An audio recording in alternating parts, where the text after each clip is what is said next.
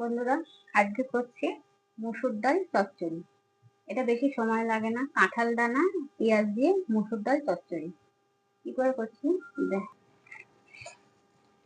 মসুর ডালটা পরিমাণ মতো নিয়ে নিয়েছি। এটা আমি ধুয়ে দিয়ে দেবো, একটু সিদ্ধ হবে। বন্ধুরা, জলটা আমার গরম হয়ে গেছে। আমি এবার মসুর ডালটা দিয়ে দিচ্ছি। আপনারাও বাড়িতে একবার এইভাবে করে খাবেন। খুব বন্ধুরা, আজকে করছি কাঁঠাল দানা দিয়ে মসুর ডালের চচ্চড়ি। এটা চটজলদি একটা রেসিপি, খুব কম সময়ের মধ্যে হয়ে যায়। ডালটা ফোড়ন দিতে হবে না, সাতলাতে হবে না আলাদা। ডালটা আমার সিদ্ধ হয়ে এসছে। এবার আমি কাঁঠাল দানাগুলোকে দিয়ে দিচ্ছি। কাঁঠাল দানাগুলো একটু সিদ্ধ হবে। তারপর একে একে আমি পেঁয়াজ, রসুন, টমেটো, কাঁচা লঙ্কা এর মধ্যে দিয়ে দেবো। বন্ধুরা, ডালটা আমার সিদ্ধ হয়ে গেছে। আগে আমি কাঁঠালের দানাটা দিয়ে দিয়েছিলাম। এবার দিয়ে দিচ্ছি রসুন।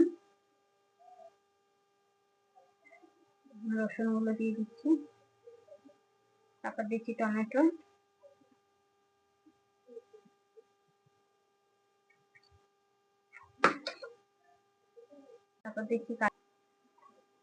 তারপর দিচ্ছি পেঁয়াজ কুচি। সব একসাথে দিয়ে দিলাম আমি।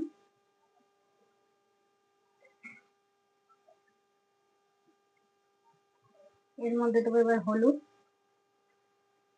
গুঁড়ো দিলাম।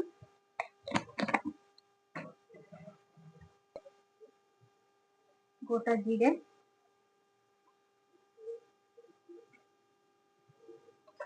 তারপর দিচ্ছি নুন।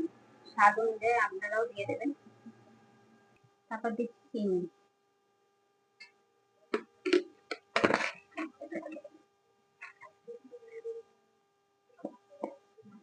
তারপর দিচ্ছি একটু সরষের তেল।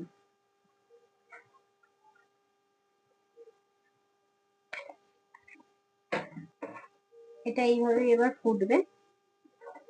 একটু বসা হয়ে গেলে, জলটা একটু কমে এলে আমি নামিয়ে নেবো। এটা চটজলদি একটা কাঁঠাল দানা দিয়ে মসুর ডাল চচ্চড়ি। খুবই সুন্দর খেতে লাগে আর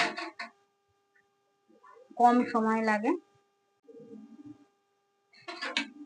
এটা খুবই চটজলদি একটা রেসিপি।